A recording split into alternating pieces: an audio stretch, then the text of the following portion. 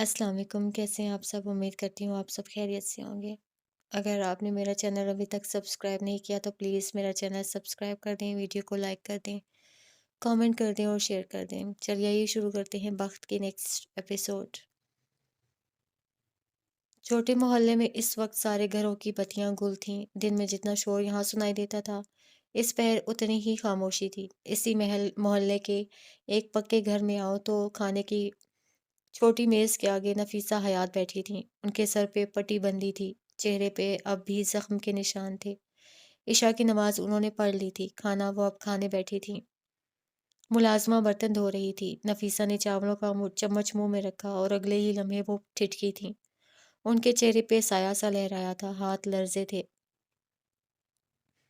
کھانا یہ کھانا کس نے بنایا ہے؟ انہوں نے اپنے وقف میں کھڑی ملازمہ سے پوچھا تھا۔ ملازمہ قدرے تعجب سے مڑی تھی۔ آپ نے بنایا ہوگا بی بی، میں نے تو نہیں بنایا۔ نفیسہ اٹھی تھیں، ان کا چہرہ وہ نہیں تھا جس کے ساتھ وہ کھانا کھانے بیٹھی تھیں۔ اب کہ ان کی نظریں بے قرار تھیں، وہ بے چینی سے صحن میں تیز تیز چل رہی تھیں۔ چھوٹے سے ٹی وی لاؤنج میں آ کر وہ رک گئی تھیں، ان کی آنکھیں جیسے پتھر ہوئی ہوں۔ تنفس تیز ہو گیا تھا، آنکھیں بھر رہی تھیں، ان کی آنکھیں بس ایک ہی شخص کے لیے بھرا کرتی تھیں۔ وہ انہیں رلاتا تھا، وہ بے حد رلاتا تھا۔ لاؤنج میں لگے پردوں کے پیچھے سرسراہٹ ہوئی تھی۔ نفیسہ کا ہاتھ ان کے دل کے مقام پہ گیا تھا، سانس جیسے رک رک کر چل رہا ہو۔ کون ہے؟ انہوں نے کانپتی آواز میں پوچھا۔ آنسو تیزی سے گر رہے تھے۔ پردوں کے پیچھے چند پل خاموشی رہی، پھر ایک ہلکی سی آواز آئی، میں، عمر۔ نفیسہ کے دل پہ جیسے ٹھنڈی پھوار پڑی ہو، آنکھیں مزید تیزی سے بہنے لگیں، جان ہوا ہونے لگی تھی۔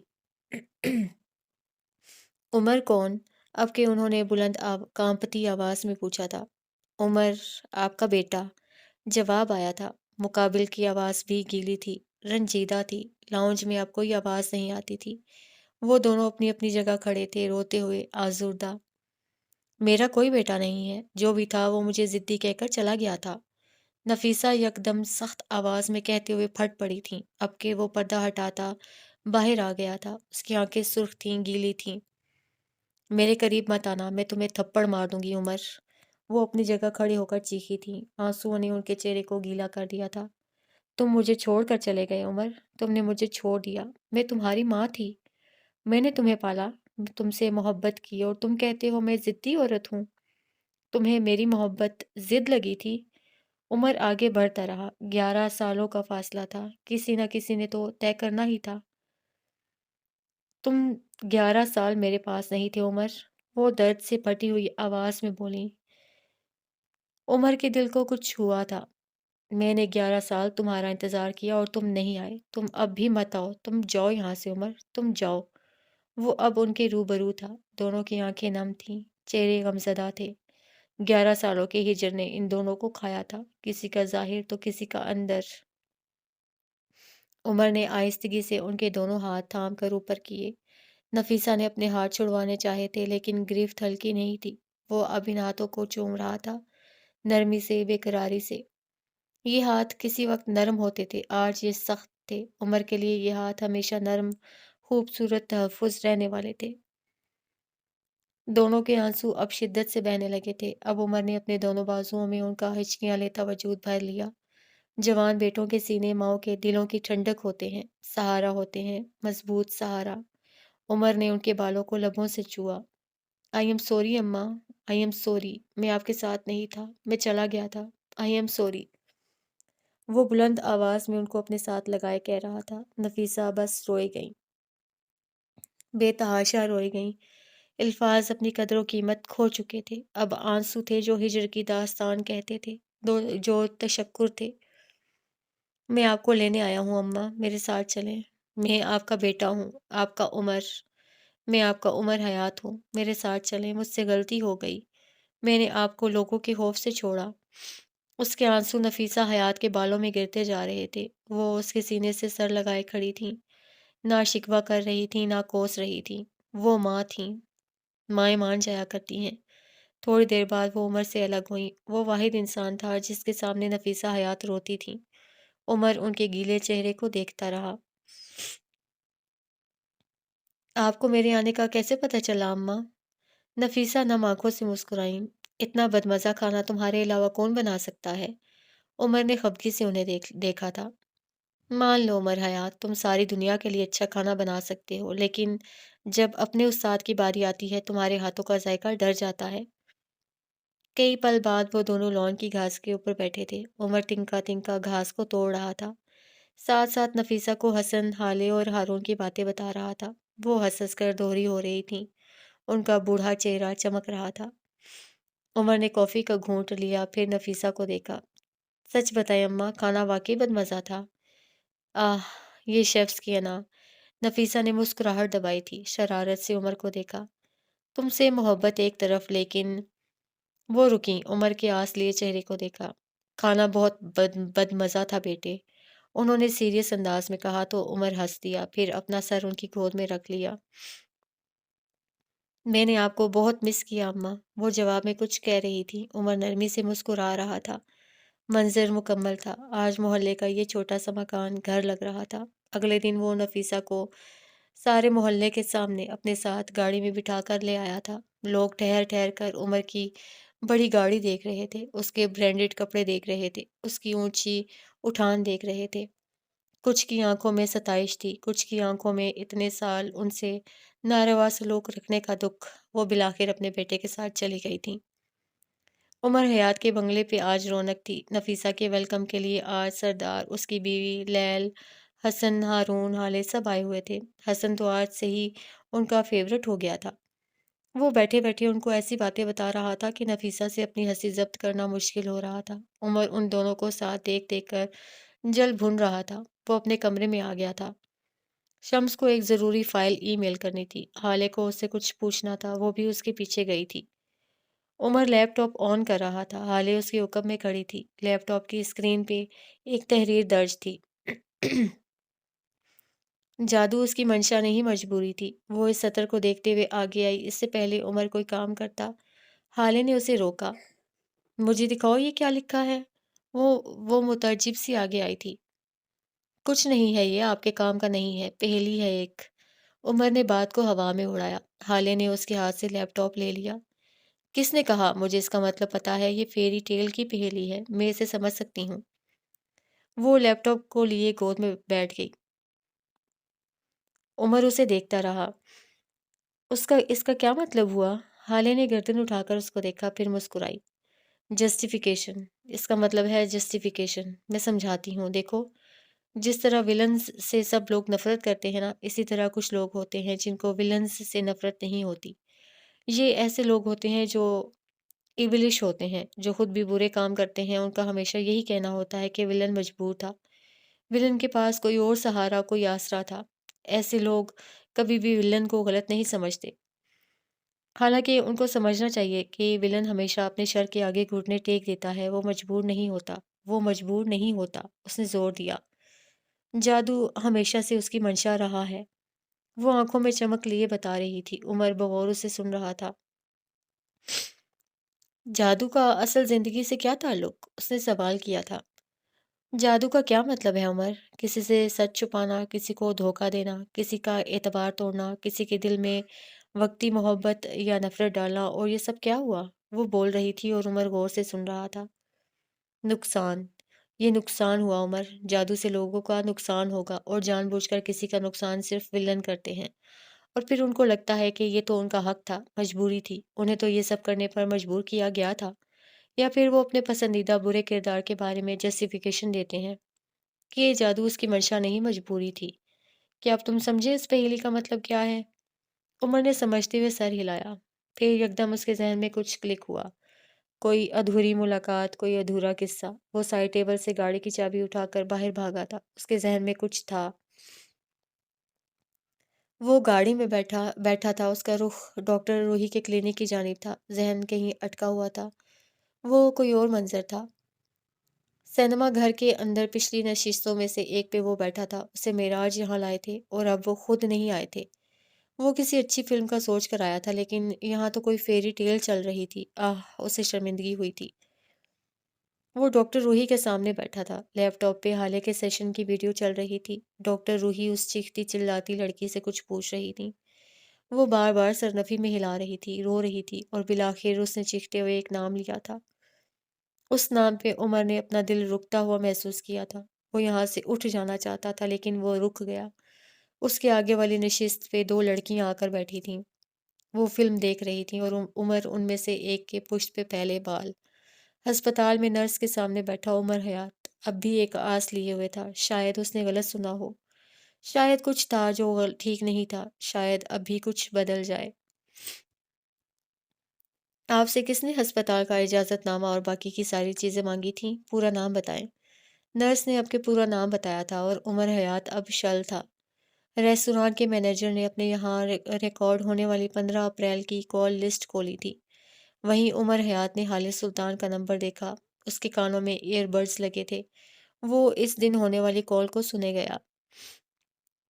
میں حال سلطان بات کر رہی ہوں، اور عمر اس کی آواز کو لاکھوں میں بھی پہچانتا تھا۔ وہ حالے نہیں تھی۔ فلم ختم ہو چکی تھی۔ اب وہ دونوں لڑکیاں آپس میں بحث کر رہی تھیں۔ دیکھیں، آپ اس چڑیل کو جسٹیفائی کر رہی ہیں۔ اس نے شہزادی کو قلعے میں قید کیا، اسے اس کے خاندان سے دور کیا، اس کی زندگی کو ایک مذاق بنا کر رکھ دیا، اور آپ کہتی ہیں وہ مجبور تھی؟ دوسری لڑکی نے نرمی سے کہنا شروع کیا، دیکھو بچے، اگر ایک شہزادی کے اپنے خاندان سے دور رہنے پہ کسی کا حسن، کسی کی خوبصورتی، کسی کی زندگی سنور سکتی ہے تو اس میں حرج ہی کیا ہے؟ ہر دفعہ شہزادیاں ہی کیوں خوش رہیں؟ کیا کبھی چڑیل، بری پریاں، جادوگرنیاں خوش نہیں رہ سکتی؟ اس نے جو کچھ بھی کیا وہ اس کی مجبوری تھی۔ چڑیل نے بالکل صحیح کیا۔ جادو اس کی منشا نہیں تھا، مجبوری تھی۔ آخری لائن پہلی لڑکی نہیں سن سکی تھی۔ وہ ساتھ والی سیٹ پہ کسی سے بات کرنے لگی تھی، لیکن عمر نے واضح طور پہ سنی تھی۔ وہ یہاں اس کی لوکیشن فالو کرتا ہوا آیا تھا۔ اس نے اپنی نظروں کی سیدھ میں دیکھا، وہ لڑکی اپنے شوہر کے ساتھ ریستوران کے اوپن ایریا میں چھوٹی سی میز کے گرد بیٹھی تھی۔ عمر شل سا کھڑا اس کو دیکھ رہا تھا۔ ذہن میں مختلف آوازیں گونج رہی تھیں۔ چیخ کر مہر ماں نے بند کیا تھا پکارتی ہوئی حالے۔ مجھے مسز سفیر سلطان نے اس اجازت نامے اور باقی کی ساری چیزوں کا کہا تھا، کہتی ہوئی نرس۔ میں حال سلطان بات کر رہی ہوں، یہ آواز مہر ماں کی تھی۔ اور اب عمر کے ذہن کے پردے پہ سینما ہال کا منظر تھا۔ وہ جسٹیفیکیشن دیتی لڑکی مہر ماں غیاث تھی، اور حق کے لیے لڑتی لڑکی حال سلطان تھی۔ ریستوران کی روشنیوں میں اس کی بھوری آنکھیں کسی شیطان کی آنکھیں لگتی تھیں۔ مہر ماں غیاث حال سلطان کی کہانی کی ولن تھی۔ کیا تمہیں بھوری آنکھوں سے کچھ یاد آیا؟ اب ہم کچھ وقت کے لیے تمہیں کہانی میں چند ماہ پیچھے لے جائیں گے۔ یہ اوپن ایریا کیفے تھا جہاں میزوں کے اوپر چھتری نما سایہ کیا گیا تھا۔ فروا اور مہر ماں ایک دوسرے کے آمنے سامنے بیٹھی تھیں۔ فروا اپنے سامنے بیٹھی مہر سے کہہ رہی تھی، اور اگر میں تمہیں کہوں کہ تمہارے والدین کی طلاق حسینہ بھابھی کی وجہ سے ہوئی تھی؟ مہر ماں ان کو گنگ سی دیکھے گئی۔ فروا اب بھی کہہ رہی تھی، بلکہ اگر میں یہ کہوں کہ نگین اور وہاج تمہارے والدین ہی نہیں ہیں تو؟ وہ پے در پہ اس کے سر پہ دھماکے کر رہی تھیں۔ اب کہ مہر کی آنکھیں شوق سے پھیل گئی تھیں، چہرہ بے یقین تھا۔ فروا کہی گئی، تم مہرماں وہاج نہیں ہو، مہرماں غیاث ہو۔ یہ راز آج تک میں نے اپنے دل میں رکھا تھا، لیکن آج مجھے لگتا ہے آج وہ وقت آ گیا ہے جب تم جان لو کہ تمہارا باپ وہاج نہیں، میرا بھائی تھا، غیاث الدین۔ مہر کے کاٹو تو لہو نہیں بدن میں، وہ سن تھی، ساکت تھی۔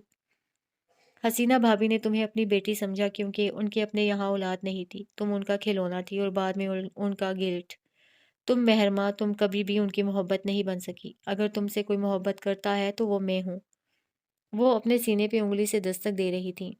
اگر کوئی تمہیں چاہتا ہے تو وہ میں ہوں۔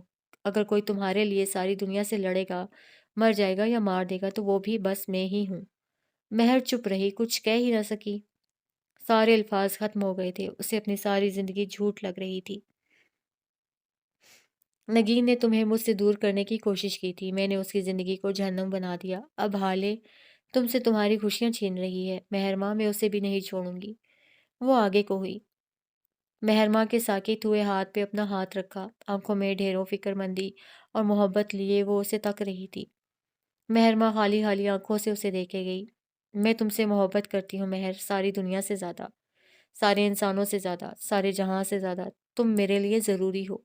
میں تمہاری ماں، باپ، تمہارا خاندان ہوں، اور اب میں تمہیں سفیر دوں گی، جس طرح ساری زندگی تمہیں تمہاری من پسند چیزیں دیں۔ وہ ایک مان ایک بھروسے سے کہہ رہی تھی۔ مہرماں اب تک شاکڈ تھی۔ اگلے کئی لمحات میں فروا اسے الف سے یہ تک تمام کہانی کہہ چکی تھیں جو انہوں نے نگین کے ساتھ کیا، جو مہر کی حقیقت تھی۔ مہرماں سفید پڑتے چہرے اور پھٹتے ہوئے دل کے ساتھ سب سنے گئی۔ اس کا دماغ سائیں سائیں کر رہا تھا۔ وہ بدقت اٹھی تھی، اپنا پرس اٹھایا۔ فروا اس کو دیکھتے ہوئے فکر مندی سے اس کے ساتھ اٹھی تھی۔ مہر چلی گئی تھی بغیر کچھ کہے سنے، بس وہ چلتی گئی تھی۔ کئی گھنٹے بے چینی سے گزرے، بے کلی حد سے سوا تھی۔ شوق کم ہوا تو انتقام نے سر اٹھایا تھا۔ اس ریستوران کی ریزرویشن اس نے گھر آ کر کروائی تھی۔ وہ بس سفیر کو حالے کے ساتھ دیکھ کر دل مضبوط کرنا چاہتی تھی، لیکن سارا کھیل تب بدلا تھا جب ریستوران میں عمر حیات آیا تھا۔ مہر نے نہ جانے کیوں کس خیال کے تحت ان کی تصاویر لی تھیں اور گھر چلی آئی۔ اس نے وہی تصاویر کسی دوسرے نمبر سے فروا کے نمبر پہ سینڈ کی تھیں۔ اس نے یہ کیوں کیا وہ نہیں جانتی تھی۔ جو ایک چیز وہ جانتی تھی وہ یہ تھی کہ مہرماں مر کر بھی سفیر اور حالے کی شادی نہیں دیکھ سکتی تھی۔ بات اگر سفیر کی ہوتی تو شاید وہ صبر کر بھی جاتی، لیکن یہاں بات یوسف سلطان کی بھی تھی، اور یہاں آ کر مہرماں کے سارے حواس کام کرنا چھوڑ دیتے تھے۔ اگلی رات وہ فروا سلطان کے کمرے کے باہر کھڑی تھی۔ اس کی آنکھیں، اس کا چہرہ غیر انسانی تھا۔ وہ کسی ہارے ہوئے انسان کی مانند تھی، بلکہ انسان نہیں، وہ ایک گدھ تھی جو بھوک کے ہاتھوں اپنے ہی ساتھی کو مارنا چاہتی تھی، اسی کا کچا گوشت کھا لینا چاہتی تھی۔ دروازہ کھلا تو فروا باہر نکلی۔ مہر کو یوں کھڑے دیکھ اسے ذرا بھی حیرت نہیں ہوئی تھی۔ وہ جانتی تھی یہ ہونا ہے۔ آپ کیا کرنے والی ہیں؟ وہ کافی دیر تک فروا کے سامنے کھڑے رہنے کے بعد بولی تو اس کا لہجہ بے تاثر تھا۔ فروا مسکرائی تھیں، ان کی آنکھیں چمک رہی تھیں۔ میں نے سب پلان کر لیا ہے مہر، سب طے ہے۔ میں بس تمہاری رائے جاننا چاہتی ہوں، کیا تم میرے ساتھ ہو؟ وہ ذرا سی بے چین تھیں۔ مہر نے بھوری بے تاثر آنکھوں سے ان کو دیکھا۔ میں کیوں کچھ کہوں گی؟ میں نیوٹرل رہوں گی آنٹی۔ اگر میرے بغیر کچھ کیے اور کرے مجھے سفیر اور ابا مل جائیں گے تو اس میں غلط کیا ہے؟ لیکن ایک بات یاد رکھیے گا، حالے کو نقصان نہیں ہونا چاہیے۔ میں اس سے بہت محبت کرتی ہوں۔ آخر میں اسے یقین دہانی چاہی تھی۔ فروا فوراً مسکرائی تھیں۔ تم بے فکر رہو مہر، صرف ایک رات کی بات ہوگی اور اس کے اگلے دن حالے گھر واپس آ جائے گی۔ سفیر سے تمہارا نکاح ہو جائے گا، اور حالے کے لیے ہارون تو ہے ہی، وہ تو اسے ہر حال میں قبول کر لے گا۔ وہ حالے پہ گیو اپ نہیں کرے گا۔ تم بس خوش رہو، باقی سب میں دیکھ لوں گی میری جان۔ مہر ان کی بات پہ بس سر ہلا کر رہ گئی تھی۔ اگلے دن ان کے کسی دوست کی عیادت کے لیے جب وہ ہسپتال آئی تب اسے وہی نرس دکھائی دی جس نے حالے کے سامنے اس کے شوہر کی بات کی تھی۔ پھر نہ جانے کیوں کس خیال کے تحت مہرماں نے اس سے اجازت نامہ اور ہسپتال کی انتظامیہ سے فوٹیج نکلوا لی تھی۔ فوٹیج میں عمر اور حالے تھے۔ کچھ وقت بعد ہارون بھی تھا، لیکن مہرماں نے خود کو ہارون کی فوٹیج ڈیلیٹ کرنے کا حکم دیتے ہوئے سنا۔ اس نے ان سب کے لیے سفیر کے تعلقات استعمال کیے تھے، لیکن کچھ یوں کہ سفیر کو اندازہ نہیں ہو سکا وہ اصل میں کیا کرنا چاہ رہی ہے۔ اگلے منظر میں وہ ہارون کو فون کرتی نظر آ رہی تھی۔ ہارون، تم اس رات اس لڑکے کو حالے کے ساتھ ہسپتال لائے تھے؟ وہ ہسپتال کی راہداریوں میں چلتے ہوئے پوچھ رہی تھی۔ آگے سے ہارون نے شاید بات کور کرنی چاہی تھی جب مہرماں نے اسے سختی سے ڈپٹ دیا تھا۔ آج کے بعد اگر کبھی بھی کوئی بھی گھر والا تم سے اس بارے میں پوچھے گا تو صاف صاف مکر جانا ہارون۔ وہ اسے ہدایت دے رہی تھی۔ تم نہیں جانتے، حالے نہیں جانتی، یہ کتنی بڑی مصیبت ہے۔ اگر سفیر کو پتہ لگ گیا تو وہ 1 منٹ نہیں لگائے گا حالے کو چھوڑنے میں۔ کیا تم ایسا چاہتے ہو؟ ہارون نے بے اختیار نہ کہا تھا۔ مہر نے گہری سانس لی اور فون بند کر دیا۔ اگلے چند دنوں میں نکاح تھا۔ وہ دونوں پارلر میں بیٹھی تھیں، حالے تیار تھی۔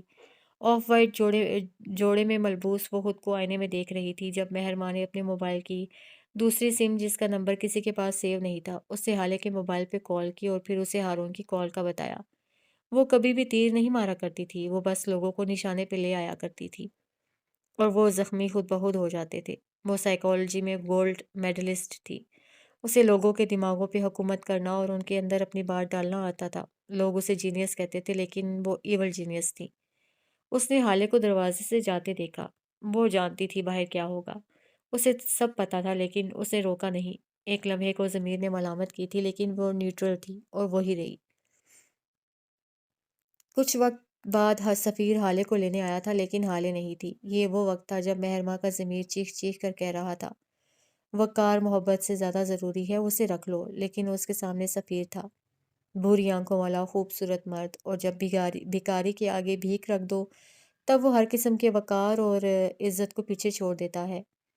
اگلے مناظر اب تم کو ٹوٹے بکھرے دکھائی دیں گے۔ وہ ہال میں کھڑی تھی، رو رہی تھی۔ حسینہ کی آنکھیں بھی بہہ رہی تھیں۔ گھر کے سارے مردوں کے کندھے جھکے ہوئے تھے، آنکھیں شرمندہ تھیں۔ یوسف سلطان بار بار فروا کو اس طرح دیکھتے تھے جیسے انہوں نے سب کیا ہو۔ یہ وہ وقت تھا جب مہرماں نے نئی چالیں چلیں۔ وہ فروا سے لڑ رہی تھی۔ وہ روتے ہوئے اسے کہہ رہی تھی کہ اسی نے حالے کو اغوا کروایا ہے۔ جواب میں فروا بھی کچھ سست سنا رہی تھی۔ سفیر اور یوسف سلطان ان کی باتیں سن رہے تھے۔ مہر نان گلٹی پروو ہو چکی تھی۔ اب یہاں اس نے ایک گہری سانس لی تھی۔ سفیر اب بھی کچھ ماننے کو تیار نہیں تھا۔ اسے اب بھی حالے کی واپسی کا انتظار تھا۔ اس کی آنکھوں میں بے بسی بھری تکلیف تھی۔ مہرماں نے چند ثانیے اس کو دیکھا تھا۔ کئی آوازیں تھیں جو سماعت کا حصہ بن رہی تھیں۔ کئی رکاوٹیں تھیں جو اسے شیطان بننے سے روک رہی تھی۔ یہ لمحہ تھا جب شر کو سر سے پھینک کر اتار دینا تھا، جب حسد کو پیروں تلے رون دینا تھا۔ یہ وہ وقت تھا جب جادوگرنی کو اپنا جادو اچھے کاموں کے لیے استعمال کرنا تھا۔ وہ موبائل گیلری کھولے کھڑی تھی۔ اس کی آنکھیں سپاٹ تھیں، دل خالی۔ اسے چند ویڈیوز اور تصاویر پہ کلک کیا اور ان کو سفیر کے نمبر پہ بھیج دیا۔ اس کے ہاتھ ایک لمحے کو بھی نہیں کانپے تھے۔ اس نے اپنے شر کے آگے گھٹنے ٹیک دیے تھے۔ حسد سر چڑھ گیا تھا۔ اس کے کندھوں پہ بیٹھے فرشتوں نے باقاعدہ ہاتھ اٹھا کر اس پر لعنت بھیجی تھی۔ وہ جادو کر چکی تھی، اور جادو کبھی بھی مجبوری نہیں ہوتا۔ اس نے سفیر کی آنکھوں میں شوق دیکھا، پھر صدمہ۔ وہ ڈھہ گیا تھا، لیکن مہر کو کوئی فرق نہیں پڑا۔ اسے سفیر کے ساتھ بٹھایا گیا، نکاح ہوا، مبارکباد ملی۔ ابا نے شفقت والا ہاتھ اس کے سر پہ رکھا۔ پھر اس نے دیکھا کہ کچھ شور ہوا ہے۔ سفیر معراج سے کچھ کہہ رہا ہے۔ اس نے معراج کو گرتے دیکھا۔ اس نے سفیر کو پریشان ہوتے دیکھا۔ آس پاس بھگدڑ مچتے دیکھی۔ مناظر بدلے، رات کا اندھیرا چھٹا تھا۔ وہ صبح کا پیلا اجالا تھا۔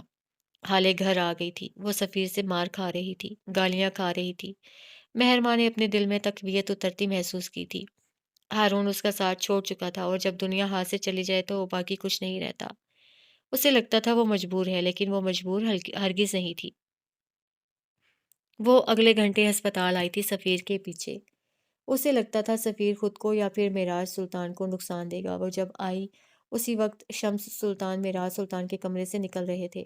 ان کے چہرے پہ پسینہ تھا، پریشانی تھی۔ ڈاکٹر عبدالحفیظ پیر زیادہ اندر کمرے میں گئے تھے۔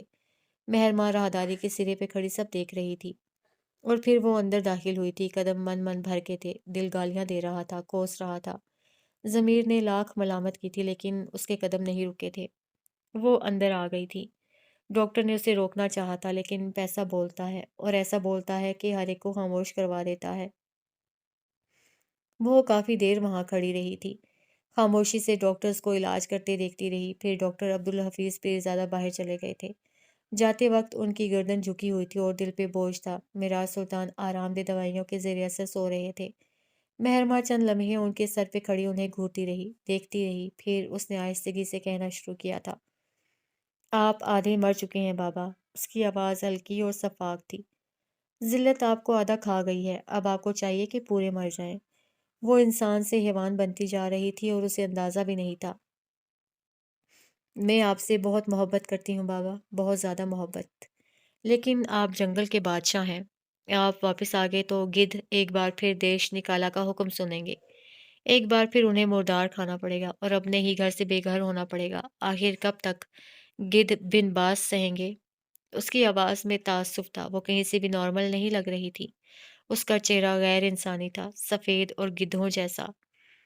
میں آپ کو یہاں چھوڑ جاؤں گی اور آپ واپس آ جائیں گے۔ آپ اکیلے واپس آتے تو مجھے کوئی دکھ نہ ہوتا۔ آپ حالے کو ساتھ لائیں گے، اور اس کے ہوتے ہوئے نہ ابا میرے، نہ سفیر میرا۔ اس کی آواز میں کرب شامل ہوا تھا۔ میں مجبور ہوں بابا، بے حد مجبور۔ آپ کو جانا ہوگا یہاں سے، دور، بے حد دور، جہاں ایک اچھی زندگی آپ کے منتظر ہے۔ اس نے کہتے ساتھ ان کے سر کے نیچے رکھا تکیہ کھینچ کر نکالا تھا۔ معراج بے دھم تھے، ان کی سانسیں بے ترتیب تھیں، بیماری نے انہیں مار گرا دیا تھا۔ یہ میری زندگی کا پہلا قتل نہیں ہے بابا، اس نے کہتے ساتھ تکیہ ان کے منہ پہ رکھا تھا۔ اسی لمحے معراج ہوش میں آ گئے تھے، لیکن کچھ سمجھ نہیں سکے تھے۔ وہ نکاہت زدہ تھے، اور کچھ غائب دماغ بھی۔ مہر کی آوازیں ان کے کان میں پڑ رہی تھیں، لیکن وہ ان کو پروسیس نہیں کر پا رہے تھے۔ میرا پہلا قتل ہمارے کالج کا چپڑاسی تھا جس نے مجھے حالے کو کلاس میں بند کرتے دیکھ لیا تھا۔ میں نے بابا میں نے اس کی چائے میں زہر ملا دیا تھا۔ اس کی آواز، اس کا انداز مشینی تھا۔ آوازیں پروسیس ہونے لگی تھیں، لیکن اسی لمحے مہر نے تکیے کا زور بڑھایا تھا۔ میرا آج بری طرح ہاتھ پاؤں مارنے لگے تھے۔ مہر ماں زور پڑھاتے ہوئے کہہ رہی تھی۔ میرا دوسرا قتل وہ کالج کا پروفیسر تھا جس نے مجھے حالے کو ایکسپلائٹ کرتے ہوئے دیکھا تھا، جس نے مجھے دن کے وقت حالے سلطان کے پیپر کی جگہ اپنا لکھا ہوا، حالے کے رول نمبر سے اپنا لکھا ہوا غلط پیپر آفس میں رکھتے ہوئے دیکھا تھا۔ تکیے کا زور بڑھتا جا رہا تھا، سانسیں رکنے لگی تھی، مزاحمت دم توڑ رہی تھی، لیکن لفظوں کا زہر ختم نہیں ہو رہا تھا۔ پروفیسر نے نیند کی گولیاں کھا کر خودکشی نہیں کی تھی، میں نے ان کے کھانے میں گولیاں پیس کر ڈال دی تھیں۔ میں ایسا کرنا نہیں چاہتی تھی لیکن میں مجبور تھی بابا، میں بہت مجبور تھی۔ وہ عجیب سے لہجے میں کہہ رہی تھی۔ تکیوں کے نیچے پڑے آدمی کی مزاحمت ختم ہو گئی تھی۔ وہ فرشتہ صفت آدمی اب نہیں رہا تھا، وہ جا چکا تھا۔ مہر نے تکیہ ہٹا لیا تھا، اس کی آنکھوں سے آنسو بہہ رہے تھے۔ وہ معراج کو اس طرح ساکت دیکھ کر گہری اذیت میں لگتی تھی۔ آئی ایم سوری بابا، آئی ایم ریئلی سوری، مجھے گدھ بننے پہ آپ ہی لوگوں نے مجبور کیا ہے۔ I am sorry. وہ بلند آواز میں رو رہی تھی۔ اسی لمحے اس نے قدموں کی چاپ سنی تھی، کوئی تھا جو قریب آ رہا تھا، اور مہر ماں قدموں کی چاپ پہچانتی تھی۔ وہ فوراً سے دیوار پہ لگے پردے کی اوٹ میں ہو گئی تھی۔ نوارد دروازہ دھکیل کر اندر آیا تھا۔ وہ سفیر تھا۔ سرخ آنکھوں اور بلند آواز میں وہ چیخ رہا تھا، چلا رہا تھا، ان سے ان کی بیٹی کا پوچھ رہا تھا، پھر عمر سے نکاح کروانے پہ غرا رہا تھا۔ اس کے منہ سے کف نکل رہا تھا۔ پھر دفتن وہ رکا تھا، وہ آگے گیا تھا۔ اس نے میراج سلطان کا ساکت وجود دیکھا اور پھر ان کے دل کے مقام پہ ہاتھ رکھا تھا۔ اگلے ہی لمحے وہ کرنٹ کھا کر دور ہٹا تھا، بلکہ وہ فرش پہ بیٹھ گیا تھا اور بری طرح خوفزدہ تھا۔ اس کی آنکھیں ایک جگہ جم سی گئی تھیں۔ وہ ساکت تھا، بے سانس، چہرہ سفید پڑ چکا تھا۔ اسے لگا تھا وہ اس کی باتیں سن کر مرے ہیں۔ اگلے لمحات تمہیں ٹوٹے بکھرے نظر آئیں گے۔ ڈاکٹرز کی ٹیم سفیر کو باہر نکال رہی تھی۔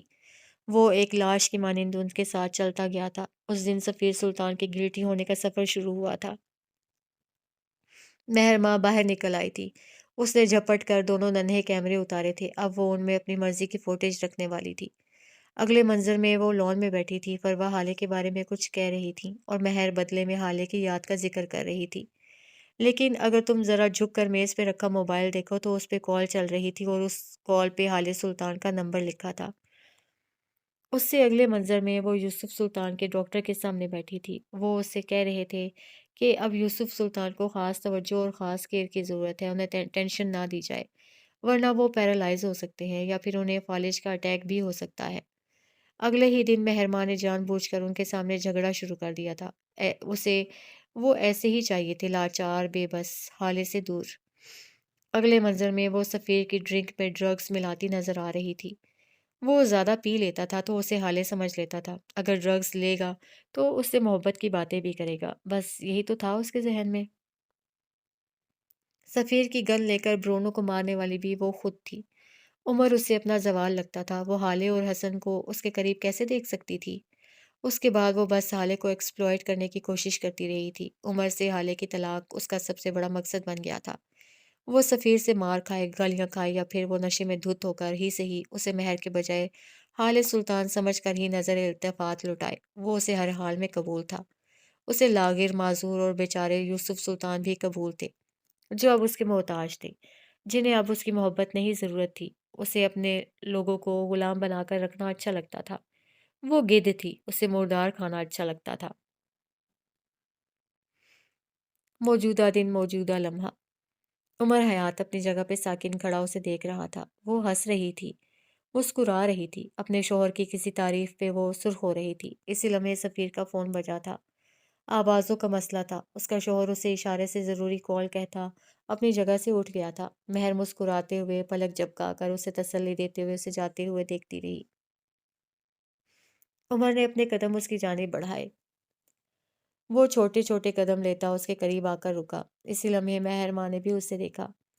آج کچھ تھا جو عمر حیات کی آنکھوں میں بدلا ہوا تھا۔ کوئی پٹی تھی جو اتر چکی تھی۔ ایک لمحے کو مہر ماں ٹھٹکی تھی، پھر اگلے ہی لمحے سنبھل بھی گئی تھی۔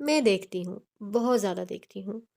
اور پتہ ہے کیا مجھے فیری ٹیلز میں ہمیشہ وہ لوگ پسند تھے جو ایول تھے۔ مجھے وہ جادوگرنی پسند تھی جس نے رپنزل کو قید کر لیا تھا۔ کچھ عرصہ ہی صحیح لیکن وہ خوبصورت زندگی گزارتی رہی۔ مجھے وہ سوتیلی ماں پسند تھی جس نے شہزادی کو محل سے در بدر کر دیا چاہے کچھ عرصہ ہی صحیح۔ لیکن شہزادی نے ٹھوکریں تو کھائی نہ۔ مجھے ہر برا کردار پسند ہے۔ مجھے ہر وہ انسان پسند ہے جو اپنا حق اپنی محبت چھین لیتا ہے۔ اور رہی بات بدلے کی، انتقام کی، تو وہ تم مجھ سے نہیں لے سکتی عمر۔ تمہارے پاس ایک واحد چیز، واحد رشتہ حالے ہے، اور تم دیکھنا میں اسے تم سے کس طرح الگ کروں گی۔ نہ تم کہانی کے شہزادے ہو نہ وکٹم، اب تم کہانی کے دیو ہو، اور دیووں کی جان ہمیشہ ایک ننھی چڑیا میں ہوتی ہے۔ میں اس چڑیا کی مالک ہوں۔ تم دیکھنا عمر، میں تمہارے بخت سے تمہاری آخری محبت کیسے کھروچ کر مٹاتی ہوں۔ سفیر قریب آ چکا تھا۔ عمر خاموش ہو کر کھڑا رہا، سپاٹ سرد آنکھوں سے اسے دیکھتا ہوا۔ تم میری بیوی سے کیا بات کر رہے ہو؟ اس کا لہجہ سخت تھا، مشکوک سا۔ عمر اب کے سفیر کی جانب مڑا، چہرہ حتی الامکان بے تاثر رکھا۔ چند ثانے سفیر کو گھورتا رہا اور پھر مڑ گیا۔ وہ بہت بری طرح ڈسٹرب تھا، شاید ہرٹ بھی۔ وہ مڑ گیا تو سفیر نے تندہی سے مہرما کو دیکھا۔ تمہیں یہی آدمی ملا تھا بات کرنے کو؟ اس کا لہجہ سخت تھا۔ میں اس سے بس حالے کے بارے میں بات کر رہی تھی، آپ کو برا لگا؟ وہ ہلکی آواز میں پوچھ رہی تھی۔ سفیر نرم پڑا اور گھوم کر اپنی جگہ پہ آ کر بیٹھا۔ چھوڑو اسے، تم بتاؤ کھانا کیسا ہے؟ اس نے بات بدل دی تھی۔ مہرما اب اس سے کچھ کہہ رہی تھی۔ سفیر سن رہا تھا یا پھر شاید نہیں۔ سچ تو یہ تھا کہ عمر کو دیکھ کر آج بھی اس کے دل کے زخم بھرے ہو جاتے تھے۔ شاید وہ واقعی حالے سے محبت کرتا تھا، کیا پتا۔ عمر حیات کے بنگلے پہ رات اتر آئی تھی۔ لاؤنج میں اب تک آوازیں آ رہی تھیں۔ حسن اپنی سابقہ جگہ پہ براجمان تھا، نفیسہ حیات کا فیورٹ بچہ، لیل جانے کی تیاری میں کھڑی تھی اور اب ہارون سے منت کر رہی تھی کہ وہ اسے گھر چھوڑ آئے۔ حالے کچن میں تھی، کافی بناتی ہوئی۔ ہارون، کیا تکلیف ہے تمہیں؟ چھوڑ آؤ نا مجھے۔ لیل سخت خوف زدہ تھی۔ ہارون نے نفی میں سر ہلایا۔ ہرگز نہیں، میں نے جو تمہاری پینٹنگ بنائی تھی پہلے اس کی تعریف کرو۔ عجیب ضد تھی بھئی۔ تم اٹھ رہے ہو یا میں تمہارا سر پھاڑ دوں؟ وہ ضبط سے پوچھ رہی تھی۔ تم مجھ پہ ہاتھ اٹھاؤ گی؟ تو کیا میں نے چوڑیاں پہن رکھی ہیں؟ تم عورت پہ ہاتھ اٹھاؤ گے؟ لیل کو یہاں آ کر صدمہ ہی تو لگا تھا۔ ہارون مسکرایا تھا۔ میں عورت پہ برش اٹھاؤں گا اور ایسے بھیانک طریقے سے تمہارا چہرہ پینٹ کروں گا کہ تم ساری زندگی یاد رکھو گی۔ لیل کا سانس جیسے سینے میں اٹک گیا۔ اس کی حسین عربی آنکھیں، اس نے فوراً پینترا بدلا تھا۔ تم تو میرے اچھے دوست ہو ہارون، میں تو بس مذاق کر رہی تھی۔ تم اس دنیا کے سب سے بہترین پینٹر ہو، میں تمہاری سب سے بڑی فین ہوں۔ عمر میں نا؟ ہاں میں جانتا ہوں تم میری فین لسٹ میں سب سے بڑی عمر کی عورت ہو۔ اور بس یہاں لیل سکندر کی بس ہو چکی تھی۔ وہ اپنا بیگ جھپٹتے ہوئے اٹھی تھی۔ ہارون پہ جہنم میں جاؤ والی نظر ڈالی اور آگے بڑھ گئی۔ ہارون بھی اٹھ کھڑا ہوا تھا اور مسکراتے ہوئے اس کے پیچھے گیا تھا۔ اب وہ سارا راستہ اس سے لڑتے ہوئے جائے گی، وہ جانتا تھا، لیکن وہ بھی کیا کرے۔ جو سکون لیل کو تپا کر ملتا تھا وہ کہیں اور نہیں تھا۔ وہ چلے گئی تو لاؤنج خالی ہو گیا۔ نفیسہ بھی اٹھ کر اپنے کمرے میں چلی گئی تھیں۔ حسن کو حالے نے بلا لیا تھا۔ وہ کچن میں کھڑی حسن سے اس کے کالج کے متعلق کوئی بات کہہ رہی تھی جب عمر اندر جاتا دکھائی دیا۔ اس نے جاتے جاتے ایک نظر حالے کو دیکھا اور پھر اسی طرف آ گیا تھا۔ اس کی رنگت نچڑی ہوئی تھی، چہرہ عجیب تھا، صاف ظاہر تھا وہ ڈسٹرب ہے۔ وہ کچن میں ایک دوسرے کے آمنے سامنے کھڑے تھے۔ حسن نامحسوس انداز میں باہر نکل گیا تھا۔ عمر نے حالے کو دیکھا۔ کیا وہ اسے بتا دے؟ کیا وہ یقین کر لے گی؟ کیا اسے کوشش نہیں کرنی چاہیے؟ اس نے گلا تر کیا، کہنے کو الفاظ جمع کیے۔ اگر میں کسی دن کوئی ایسی بات کہہ دوں جسے آپ نے اپنے وہم و گمان میں نہ سوچا ہو تو کیا آپ میرا اعتبار کریں گی؟ وہ بڑے دنوں بعد آج پھر سے آپ کہہ رہا تھا، الفاظ جوڑ جوڑ کر اس کی آنکھوں میں دیکھ کر سوال کرتا۔ یہ اس کا عمر تھا، ہاں یہ وہی تھا۔ حالے نے بازو سینے پر باندھ کر اسے دیکھا تھا۔ تم خود کو دیکھو عمر، تم ہمارا ماضی دیکھو اور پھر خود سے سوال کرو کہ میں کیا کروں گی۔ وہ اس کو دیکھتے ہوئے بولی تھی۔ مجھے معاف کر دو حالے، میں آج اپنی غلطی مانتا ہوں، میں نے جو بھی تمہارے ساتھ کیا وہ غلط تھا، لیکن اب میں اپنے عمل پہ شرمندہ ہوں، کیا ہم ایک دوسرے کو موقع نہیں دے سکتے؟ وہ آج مختلف لگ رہا تھا، وہ اسے روک رہا تھا، شاید خوف زدہ تھا۔ مجھے جانے دو عمر، ہم دونوں کے حق میں یہی بہتر ہوگا، طلاق ایک نہ ایک دن ہونی ہے۔ ضروری نہیں ہے کہ ہماری طلاق ہو جائے، عمر نے ناگواری سے ٹوکا تھا۔ مالم مسکرائی تھی، اذیت سے، کرب سے۔ کیوں عمر، ہماری طلاق کیوں نہیں ہوگی؟ Because I am the women you love with all your heart, یا پھر تم میرے ساتھ جینا چاہتے ہو؟ لیکن تم تو کہتے ہو ان میں سے ایک بات مذاق تھی اور ایک بابا کی بابا کی خواہش۔ عمر کا سر جھکا تھا، اسے پشیمانی ہوئی، حالے تکلیف سے کہہ رہی تھی۔ تم کہتے ہو تمہارے استاد نے تمہیں جو سکھایا وہ صحیح تھا اور تم ویسا ہی کرو گے، اور اب تم اپنے عمل پہ معافی بھی مانگ رہے ہو۔ تم چاہتے ہو میں تم پہ اعتبار کروں، لیکن تم خود ایسا نہیں کرنا چاہتے۔ تمہاری کوئی بات سچی نہیں ہے عمر، تم جھوٹے ہو۔ تم اندر سے ایک شکی آدمی ہو، تم ایک سیلف obsessed آدمی ہو جسے لگتا ہے اسے سب پتہ ہوتا ہے۔ نہ حالے کی آواز اونچی تھی، نہ اس میں طنز تھا۔ پھر بھی عمر کو اس کی باتیں چابک جیسی لگی تھیں۔ تم آج کہیں سے ہماری کہانی کا کوئی نیا سچ جان کر آئے ہو، لیکن تم مجھے نہیں بتا رہے۔ بات یہ نہیں ہے کہ میں تم پہ اعتبار نہیں کرتی، بات یہ ہے کہ تم… وہ آگے آئی، عمر کے سینے پہ انگلی سے دستک دی۔ تم مجھ پہ اعتبار نہیں کرتے، ورنہ میں تو وہی ہوں جسے آدھی رات میں تم نے کہا تھا میں جینا چاہتا ہوں، اور میں نے اعتبار کر لیا تھا۔ عمر نے ایک جھٹکے سے گردن اٹھا کر اس کو دیکھا تھا۔ اس کی آخری بات میں کچھ تھا کہ ٹھٹکا جائے، کچھ ایسا کہ وہ سچی لگے۔ وہ اب بھی اس کے سامنے کھڑی تھی، اس کی آنکھوں میں اپنی نم ہوتی آنکھیں گاڑے ہوئے، ان میں تکلیف تھی، واضح تکلیف۔ تم چاہتے ہو میں یہاں رہوں، لیکن تم پورا ایک ماہ کہاں تھے عمر؟ تم بس اپنا سوچتے ہو، آج تمہیں میری ضرورت ہے تو تم روک رہے ہو، ورنہ حالے کو چھوڑ دینا تو ہمیشہ تمہارے لیے آسان رہا ہے۔ وہ بول کر رکی نہیں تھی، شاید اسے اپنے آنسوؤں کے بہہ جانے کا ڈر تھا۔ پیچھے عمر تہی دامن کھڑا رہ گیا۔ پولیس والا اگر اعتبار کر لے تو میری موت مرے۔ یاقوت مرزا کا کمرہ آج خاموش سا تھا۔ نرمین آج نوح کے ساتھ تھی، شاید وہ تھوڑی دیر تک اسے چھوڑنے آ بھی جاتا۔ یاقوت مرزا آئینے کے سامنے کھڑا اپنے بالوں میں اسپرے کر رہا تھا۔ وہ کافی بدلا ہوا سا تھا، اس کے چہرے پہ بے چینی سی تھی، سنجیدگی بھی۔ شاید کچھ سوال تھے جن کے جواب اسے مل نہیں پا رہے تھے۔ وہ تیار ہو کر لاؤنج میں آیا، صوفوں پہ اس کے دوست بیٹھے تھے، دیوار گیر ٹی وی پہ خبر چل رہی تھی۔ ناظم آباد سے خبر شامل کرتے چلیں، اطلاع ملی ہے کہ ناظم آباد سے لاپتہ ہونے والی اقرا خالد کی زیادتی شدہ لاش پولیس کو مل گئی ہے۔ بتایا جا رہا ہے کہ اقرا کے ساتھ متعدد افراد نے… یاقوت نے آگے بڑھ کر ریموٹ کی مدد سے رپورٹر کی آواز کا گلا گھونٹ دیا۔ اس کا چہرہ بالکل بھی نارمل نہیں تھا، وہ ڈرا ہوا گلٹی سا لگتا تھا۔ اب اسے لگتا تھا جو اس نے کیا ہے وہ گناہ ہے۔ بند کیوں کر دیا یاقوت؟ سننے تو دیتے، آخر وہ بے غیرت لوگ پکڑے بھی گئے یا نہیں؟ اس کی ایک دوست بولی تھی۔ یاقوت ایک سنگل صوفے پہ آ کر بیٹھا، ہاتھ نامحسوس انداز میں بازو کو کھجا رہا تھا اور کبھی گردن۔ آس پاس خنزیروں کی بو پھیلنے لگی تھی، جسم سے چپکا نادیدہ چیچک اب نظر آنے لگا تھا۔ کیا بے غیرت ہے وہ؟ ہاں؟ اور وہ لڑکی، اس کی کوئی غلطی نہیں؟ کیوں نکلی تھی شام میں گھر سے؟ وہ چڑھ دوڑا تھا۔ پاس بیٹھے شان نے افسوس سے اس کو دیکھا۔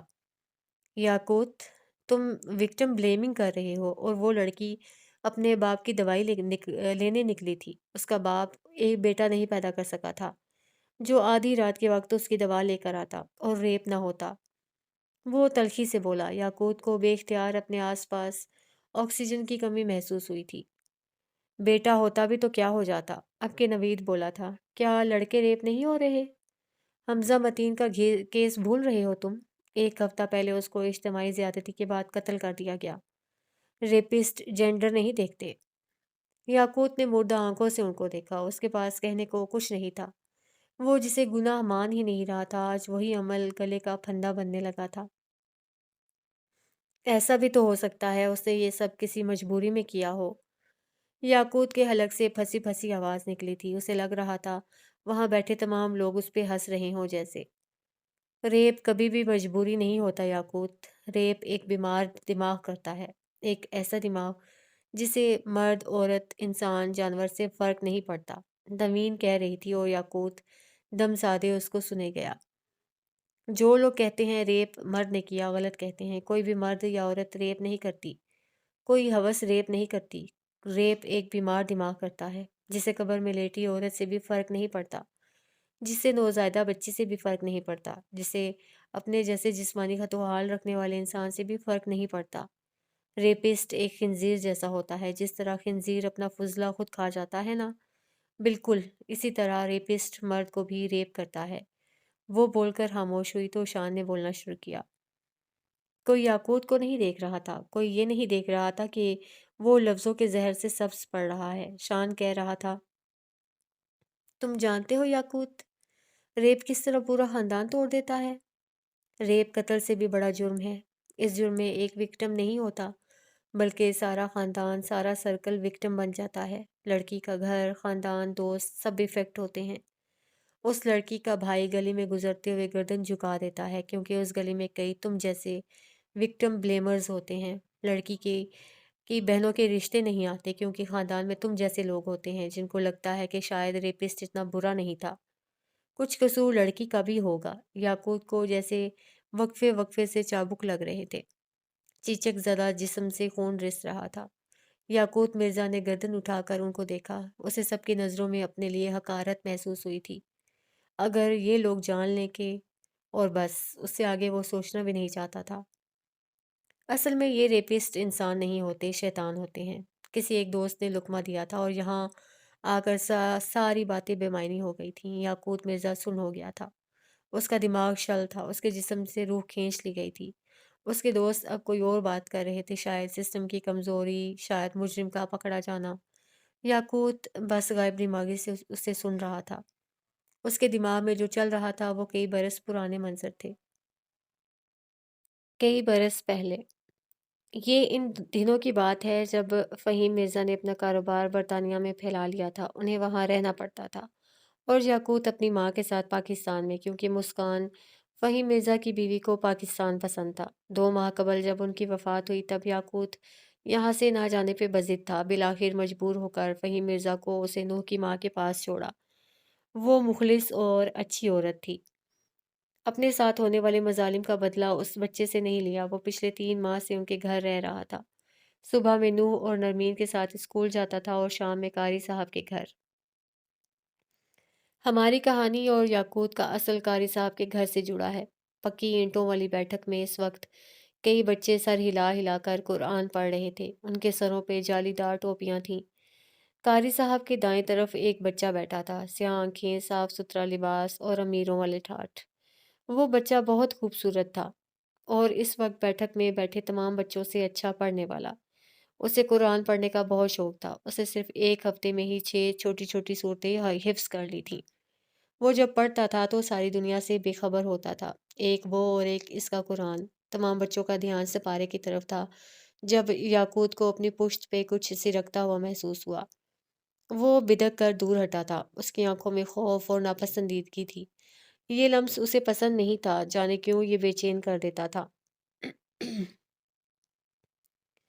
وہ ایک بار پھر لہک لہک کر سبق پڑھنے لگا تھا جب اسے وہی لمس اپنی ٹانگوں پہ رینگتا محسوس ہوا۔ یاقوت نے گردن اٹھا کر دیکھا، قاری کی نظریں اسے آج عجیب لگی تھیں۔ وہ بے اختیار دور ہو بیٹھا۔ وہ بچہ تھا، لیکن قاری صاحب کی بائیں جانب بیٹھا نوح مرزا بچہ نہیں تھا، کم از کم اس معاملے کو تو وہ سمجھ سکتا تھا، لیکن وہ دیکھ کر یوں نظر انداز کر دیتا تھا جیسے دیکھا ہی نہ ہو۔ کئی دن بیتے، لیکن وہ گندا، برا اور بے چین کر دینے والا لمس، وہ لمس نہیں بدل سکا تھا۔ یاقوت اب بہت بے چین ہونے لگا تھا۔ وہ قاری صاحب سے دور جا کر بیٹھتا تھا، لیکن پھر وہی ہوتا جس کا اسے ڈر رہتا۔ قاری اس کے معصوم ہاتھ سرخ کر دیتا تھا۔ قاری نے مشہور کر رکھا تھا کہ وہ ایک نہ پڑھنے والا اور بہانے بنانے والا بچہ ہے، اسی لیے وہ قاری کے ساتھ نہیں بیٹھتا۔ ایسے ہی ایک دن میں جب وہ سارے بچے بیٹھک سے چھٹی کر کے چلے گئے تھے، تب وہاں ایک بچہ تھا جسے جانے نہیں دیا جا رہا تھا، یاقوت مرزا۔ وہ ہر بار سبق یاد کر کے سناتا تھا اور ہر بار ہی مار کھاتا تھا کیونکہ اسے آیات نہیں آتی تھیں۔ وہ ہر مرتبہ آیات کو الٹا پڑھتا تھا۔ شیطان کی اولاد، سبق کو صحیح سے پڑھ۔ قاری اسے مارے جاتا اور یہی سطر دہرائے جاتا۔ وہ خود سے نہیں پڑھ پاتا تھا، اسی لیے قاری نے نوح کے سر اس کی ذمہ داری لگا رکھی تھی۔ نوح جتنی ہی مرتبہ اسے سبق یاد کروا دیتا، لیکن وہی ڈھاک کے 3 پات۔ وہ ہر دفعہ آیات کو غلط پڑھتا تھا۔ یہ اس کے لیے نیا تھا۔ پہلے تو کبھی ایسا نہیں ہوا تھا۔ وہ ذہین تھا اور اسے قرآن سے محبت تھی۔ وہ تو نوح اور نرمین سے پہلے تیار ہو جایا کرتا تھا، لیکن جب سے وہ قاری صاحب کے لمس سے چڑھنے لگا تھا، تب سے یہی سب ہونے لگا تھا۔ اس شام بھی وہ روئی روئی معصوم آنکھوں سے سبق دیکھ رہا تھا۔ اس کی آنکھیں سوج گئی تھیں، ہاتھ جل رہے تھے، لیکن وہ پڑھے گیا۔ اسی لمحے ایک بار پھر اسے قاری کا ہاتھ اپنی ران پہ محسوس ہوا، اور بس یہ ایک حد تھی۔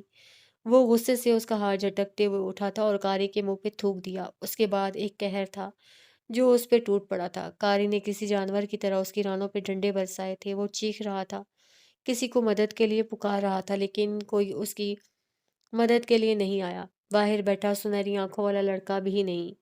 وہ بس آنکھیں موندے اندر سے آتی آوازوں پہ تسکین لے رہا تھا۔ اس کے چہرے پہ انتقام تھا۔ رات کے وقت رابیل، نوح کی ماں نے یاقوت کی ٹانگوں پہ مرہم لگا دیا تھا۔ وہ بے حد تکلیف میں لگتا تھا، بار بار کراہتا رہتا۔ رابیل کئی بار کہہ چکی تھی کہ وہ اپنے باپ کو سب بتا دے، لیکن وہ جانتا تھا اگر اس کے باپ کو پتہ چل گیا تو وہ اسے قرآن نہیں پڑھنے دیں گے، اور اسے 6 صورتوں سے آگے بھی یاد کرنا تھا۔ رابیل اس کی مرہم پٹی کر چکی تھیں۔ وہ ان کا بھانجا تھا، بالکل بیٹوں جیسا۔ اب وہ اس کے پاس بیٹھی تھی۔ یاقوت معصومیت سے ان کو دیکھ رہا تھا۔ اس کی آنکھیں روئی روئی سی تھیں۔ رابیل نے پیار سے اس کے بالوں میں ہاتھ پھیرا۔ تم فکر مت کرو یاقوت، اللہ ہے نا، وہ تم پہ رحم کرے گا، تم بالکل ٹھیک ہو جاؤ گے۔ وہ اسے دلاسا دے رہی تھی۔ نوح ایک طرف بیٹھا کان لگا کر ان کی باتیں سن رہا تھا۔ رحم کیا ہوتا ہے آنٹی؟ وہ ان کو دیکھ کر پوچھ رہا تھا۔ رابیل نے الفاظ جوڑنے چاہے، اب وہ اس بچے کو کیا سمجھاتی؟ یاقوت ہمیشہ مثال مانگتا تھا۔ رابیل نے ایک نظر اس کی شارٹس والی ٹانگوں کو دیکھا، پھر نرمی سے کہنے لگی، رحم وہ ہوتا ہے جب آپ پہ کوئی بہت زیادہ ظلم کر رہا ہو اور پھر اللہ آپ کو بچا لے۔ تمہارے کیس میں رحم یہ ہوگا کہ آج تمہارے زخم درد نہیں کریں گے، نہ جلیں گے، اور نہ ہی تمہاری نیند خراب کریں گے۔ تم دیکھنا، تم پہ اللہ رحم کرے گا۔ وہ بول کر اٹھ گئیں۔ یاقوت خوش ہو گیا تھا۔ وہ بہت جلدی خوش ہو جایا کرتا تھا۔ اسے اللہ کا ذکر، اس کی حکمت فیسینیٹ کرتی تھی۔ وہ جلد ایمان لانے والوں میں سے تھا۔ کچھ دیر بعد یاقوت اور نوح ایک ہی بیڈ پہ بیٹھے تھے۔ ان دونوں کے ہاتھوں میں نوڈلز کے باؤل تھے، یاقوت کا نارمل اور نوح کے تیز مسالوں والے نوڈلز۔ وہ بس غور سے یاقوت کو دیکھ رہا تھا۔ نہ جانے کیوں اسے لگتا تھا جو کچھ یاقوت کا باپ اس کی ماں کے ساتھ کرتا ہے، اس کی سزا یاقوت کو ملنی چاہیے۔ قرآن یاقوت کی خوشی تھی اور نوح اسے برداشت نہیں کر پاتا تھا۔ تم قاری صاحب کے پاس جانا چھوڑ کیوں نہیں دیتے؟ وہ تمہیں اتنا مارتے ہیں۔ نوح اسے دیکھتے ہوئے پوچھ رہا تھا۔ یاقوت کھل کر مسکرایا۔ وہ چاہے ماریں یا نکال دیں، آنٹی نے کہا ہے اللہ مجھ پہ رحم کرے گا۔ وہ اس اتنی سی بات پہ اتنا خوش تھا، نوح کو حسد ہونے لگا تھا۔ رحم کیا ہے تم جانتے ہو؟ یاقوت نے زور زور سے اس بات پہ سر ہلایا۔ آج میرے زخم ہرٹ نہیں کریں گے، یہ رحم ہے۔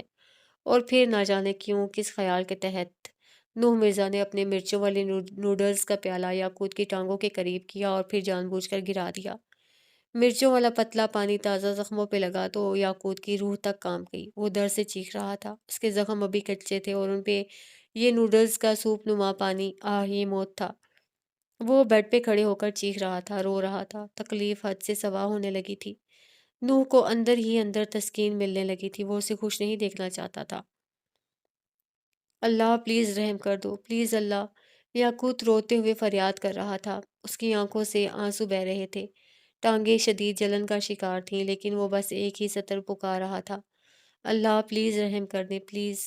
چند دن بعد اس کے زخم بہتر ہو گئے تھے۔ رابیل خود قاری صاحب کے پاس چل کر آئی تھیں۔ کچھ سنی اور کچھ ان کو سنائی، لیکن قاری کا بس یہی کہنا تھا کہ وہ شیطان ہے اور پڑھ نہیں سکتا۔ وہ آیتوں کو اپنی مرضی کے زیر زبر دیتا ہے، جس سے آیت کے مطلب بدل جاتے ہیں۔ خیر، کافی لمبی بحث کے بعد وہ ایک بار پھر یاقوت کو اس کی خواہش پر قاری کے پاس چھوڑ کر چلی گئی تھی۔ نوح اسے سبق یاد کروا رہا تھا۔ وہ مکمل دل جمعی کے ساتھ یاد کر رہا تھا، اور پھر وہ اپنا قاعدہ لے کر استاد کے آگے گیا، لیکن جو آیات اس نے پڑھی ان میں ایک بار پھر زیر زبر کی غلطی تھی۔ قاری صاحب نے اسے ایک بار پھر بہت مارا۔ یاقوت کو ان کا مارنا برا نہیں لگتا تھا، اسے وہ لفظ شیطان برا لگتا تھا۔ وہ جب بھی اسے شیطان کہتے تھے، سارے بچے اسے حقارت سے دیکھتے تھے۔ قاری کی آواز میں اسے شیطان کہتے ہوئے اتنی ذلت ہوتی تھی کہ یاقوت کو مار سے زیادہ یہ لفظ چبھنے لگ گیا تھا۔ وہ ہر روز پہلے سے زیادہ تیاری کرتا اور کوشش کرتا تھا کہ آج وہ کوئی غلطی نہیں کرے گا، آج اس سے شیطان کا ٹیگ ہٹ جائے گا، لیکن ہر دن یہ ذلت اس کے ساتھ مزید تیزی سے لپٹتی جا رہی تھی۔ ایک دن بالآخر ڈرتے ڈرتے اس نے قاری سے کچھ کہنے کی کوشش کی تھی۔ قاری صاحب، مجھے سبق آپ یاد کروا دیں، کیا پتہ نور کو خود بھی ایسا ہی پڑھنا آتا ہو جیسے میں پڑھتا ہوں۔ وہ بہت دقت سے خوف سے کہہ رہا تھا، کیونکہ اسے یقین ہونے لگا تھا کہ وہ نوح کا پڑھایا گیا سبق ہی یاد کرتا ہے۔ 14 سپاروں کا حافظ ہے نوح، اور تجھے غلط پڑھاتا ہے؟ 6 صورتیں، گنتی کی 6 صورتیں آتی ہیں تجھے بے غیرت، تو ہے ہی شیطان، تیرے اندر شیطان ہے۔ وہ بولتا جاتا اور اس کے ہاتھوں کو ڈنڈے سے سرخ کرتا جاتا۔ اس کے عقب میں بیٹھے سنہری آنکھوں والے لڑکے کے دل میں ایک طمانیت سی اترتی تھی۔ ایک یہی طریقہ تھا جس سے وہ اپنی ماں کا حساب لے سکتا تھا۔ چند دن بعد کا ذکر ہے، یاقوت مرزا اسی بیٹھک میں قاری صاحب کے آگے بیٹھا تھا۔ اسے ابھی ابھی نوح نے سارا سبق یاد کروا دیا تھا۔ آج وہ پرجوش تھا۔ آج وہ بس اپنے اوپر سے شیطان کا ٹیگ ہٹا لے گا۔ آج کے بعد قاری اسے حقارت سے نہیں دیکھے گا۔ وہ پڑھ رہا تھا، لیکن اگلے ہی لمحے قاری صاحب کے بھاری ہاتھ نے اس کے چہرے پر اپنی چھاپ چھوڑ دی تھی۔ اب کہ یاقوت کو غصہ آیا تھا، بلکہ اسے غصہ بھی نہیں آیا، وہ بس تھک چکا تھا۔ اس کی ہمت جواب دے گئی تھی۔ قاری نے ایک بار پھر اسے شیطان کا لقب دیا تھا۔ وہ کہتا تھا یاقوت شیطان ہے، جب ہی اس کے دل میں قرآن نہیں اترتا۔ اس رات وہ رابیل کے سامنے بیٹھا تھا۔ وہ اس کے ہاتھوں کو دیکھ رہی تھی۔ یاقوت نہ اداس تھا نہ خوش، وہ بس تھکا ہوا لگتا تھا۔ یوں لگتا تھا جیسے وہ بچہ ایک لمبی نیند سونا چاہتا تھا۔ آنٹی، شیطان کیا ہوتا ہے؟ وہ رابیل کو دیکھتے ہوئے پوچھ رہا تھا۔ چند لمحوں تک رابیل اسے دیکھتی نہیں۔ وہ ایک بچے کو کیا جواب دیں؟ بس یہی سوچتی نہیں۔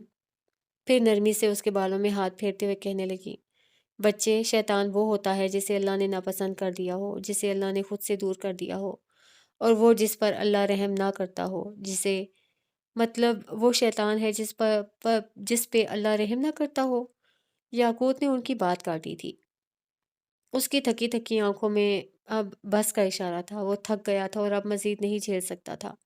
رابیل نے اور بھی بہت باتیں کہی تھیں، لیکن یاقوت کو کچھ یاد نہیں رہا۔ اس کی سماعت میں بس چند ہی جملے ٹھہر سکے تھے۔ اگلے دن بہت کچھ بدل گیا تھا۔ یاقوت نے اپنے باپ کے ساتھ جانے کی حامی بھر لی تھی۔ وہ ان سب سے دور جانا چاہتا تھا۔ سچ یہ تھا کہ وہ آیات غلط نہیں پڑھتا تھا۔ سچ یہ تھا کہ اسے غلط پڑھایا جاتا تھا۔ اس کا استاد اس کے ساتھ مخلص نہیں تھا۔ اس کے استاد نے اس کے ساتھ بیر باندھ لیا تھا، اور جب آپ کا استاد آپ کے ساتھ بیر باندھ لے تو دو چیزیں ضرور خراب ہو جاتی ہیں، یا تو حال یا پھر مستقبل۔ اس دن کے بعد سے نوح نے کسی بچے کو سبق یاد نہیں کروایا تھا، کیونکہ اس دن کے بعد سے نوح کو قرآن بھول گیا تھا۔ وہ پڑھنے بیٹھتا تھا تو اس کے سر میں شدید درد ہوتا تھا اور آنکھیں دھندلی ہو جاتی۔ اگر جبر کر کے بھی وہ پڑھتا رہتا تو اس کے ذہن میں کچھ بیٹھتا نہیں تھا۔ اس دن کے بعد سے یاقوت نے کبھی قرآن کھول کر نہیں دیکھا تھا۔ اس نے تسلیم کر لیا تھا کہ وہ شیطان ہے اور اللہ اس پہ رحم نہیں کرے گا۔ وہ خدا سے ناراض تھا، اسے گلے تھے، لیکن وہ کیسا گنہگار تھا جسے آج بھی بچپن کی وہ 6 صورتیں یاد تھیں۔ اپنے دوستوں کی آواز پہ وہ ہوش میں آیا تھا۔ موضوع بحث اب بدل چکا تھا، لیکن ایک چیز تھی جسے وہ بدل نہیں پا رہا تھا، اپنا چیچک زدہ دل۔ اسے چیچک کی علامات ظاہر ہونا شروع ہو گئی تھیں، اور سچ یہ تھا کہ اب اسے خود سے تعفن اٹھتا بھی محسوس ہوتا تھا۔ ڈاکٹر روحی کا کلینک آج ذرا خاموش سا تھا۔ حال سلطان ان کے آفس میں بیٹھی ان کا انتظار کر رہی تھی۔ اس نے گہرے نیلے رنگ کا کرتا شلوار پہن رکھا تھا، ہونٹوں پہ گہرا سرخ رنگ ملے ہوئے وہ آج اس آفس میں رکھی سب چیزوں سے نمایاں لگ رہی تھی۔ اس کے انداز میں بے چینی تھی، شاید وہ جلد از جلد یہاں سے جانا چاہتی تھی۔ اس کے انداز میں حسرت بھی تھی، کاش وہ یہاں ٹھہر پاتی، کاش وہ ہارون کی طرح عام ہوتی۔ کھوکھلے بہادر لوگوں کو اپنا کور ٹوٹ جانے سے بہت خوف آتا ہے، وہ اس کور کو بچاتے بچاتے خود ٹوٹ جاتے ہیں۔ اسی لمحے دروازہ کھلا، جامنی ڈھیلے ڈھالے کرتے، گلے میں مالائیں اور ہاتھوں میں بینڈز پہنے غزالہ روحی اندر آئیں۔ وہ کتنی اچھی تھی نا، فری سول سی۔ وہ آپ پہ ایک ٹھنڈا میٹھا نرم سا تاثر چھوڑ دیتی تھیں۔ وہ آئیں تو حالے کے اعصاب تن سے گئے، البتہ روحی مسکراتے ہوئے آگے آ بیٹھیں۔ کمال ہے، آج تو مسز حیات صاحبہ خود تشریف لائی ہیں، کیا کہنے بھائی؟ وہ ہلکے پھلکے دوستانہ لہجے میں کہہ رہی تھی۔ ہالے کی گرفت اپنے گود میں رکھے پرس پہ سخت ہوتی گئی۔ اس نے حلق تر کیا اور گردن کڑا لی۔ میں یہاں آپ کو یہ بتانے آئی ہوں کہ اس دن کے آپ کے غیر سنجیدہ اور غیر پروفیشنل رویے کی وجہ سے آج کے بعد میں آپ سے کوئی سیشن نہیں لوں گی۔ آج کے بعد سے آپ میری تھراپسٹ نہیں ہیں۔ وہ ایک ایک لفظ پہ زور دے کر بولی تھی۔ روحی اب بھی مسکراتی رہی۔ واقعی ایسا ہے کیا؟ وہ نظروں سے اس کے دماغ کا اسکین کر رہی ہوں، گویا انہوں نے ایک بھرپور نظر حالے کے سراپے پہ ڈالی اور مسکرائیں، گہری مسکراہٹ۔ یا پھر ایسا ہے کہ تم آج پھر اپنے دماغ کو ڈانچ دینے آئی ہو؟ حالے کا رنگ پھیکا پڑا تھا۔ روحی کہتی رہی، گہرا نیلا رنگ، سرخ لپسٹک اور اچھی خاصی تیاری۔ تم خود کو نمایاں کرنے آئی ہو۔ تم مجھے دکھانے آئی ہو کہ تم ٹھیک ہو، لیکن میں تمہیں نہیں دیکھ رہی۔ میں تمہارے چہرے سے تمہارا دماغ دیکھ رہی ہوں۔ وہ بول رہی تھیں اور حالے کی رنگت نچڑتی جا رہی تھی۔ تم خود سے بھاگ رہی ہو حالے سلطان۔ اس بار تمہارے دماغ، تمہاری بیماری نے ایک نیا بہانہ ڈھونڈ لیا ہے، میرے غیر پروفیشنل ہونے کا بہانہ۔ کب تک حالے؟ کب تک یہ گہرا سرخ رنگ اور نیلا رنگ اوڑھ کر خود کو چھپاؤ گی؟